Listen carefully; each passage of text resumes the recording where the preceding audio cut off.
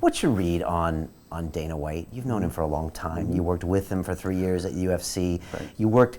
You competed against him at Strikeforce. Yeah, he was fighting against you guys. And now you compete with him now. Overall, you know him better than I will, or probably anyone else. What's your read? You know, I look at it differently, and I've always said this because what he's doing and what we're doing, we're trying to help the same industry, right? We're lifting the industry. And so, yeah, they're doing a major part, we're doing our part, and collectively we're growing the value of MMA, and we're growing MMA to the next level. But, you know, it's like when we had Strikeforce, he was, oh, Strikeforce, you guys, you know. But before that, he was like, Strikeforce is the place to be, and, you know, this is a great organization, this is how you run things. And then he started coming after us after we signed Fedor, you know. So Right. I go, okay, I understand. This is like a personal thing because they wanted to sign Fedor, and then we did it. And then he started coming after us.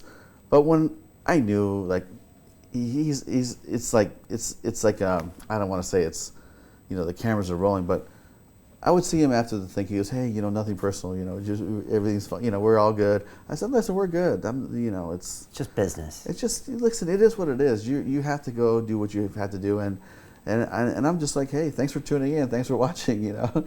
But it was never anything personal for me, like, oh, I'm going to be mad at Dana. I mean, listen, what they've done for the sport, you know, has been monumental, and what he's going to continue to do for the sport is going to be, you know, fantastic, because he loves what he's doing, I believe.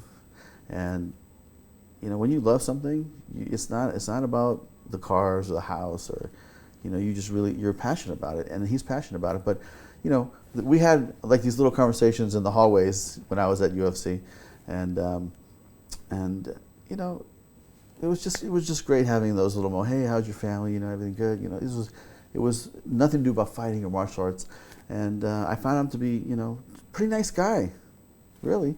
You know, I guess what I'm saying is the character that I saw out on TV was not the guy that I got to know inside the company. You know? Right. But he does have a different relationship with the fighters than you do. It's a different organization, but he always has, and I believe he is passionate about fighting, but I wouldn't know if he's passionate about martial arts the same way you are. Right. And it's just, it's slightly different with Dana, I believe. Right. Yeah, and you know, I can't really respond to that because, you know, I don't really know how he interacts with his guys. I hear a lot of things, but, you know, I haven't really seen it, so it's hard for me to comment on, you know, what his relationship is like. And, you know, I do know that they have a pretty big roster, and to maintain that roster is probably a lot of work, and there's a certain bandwidth that you have every day, and I'm sure that, you know, he hangs out with the fighters he likes, and once he doesn't, he doesn't. So, you know, it just is what it is.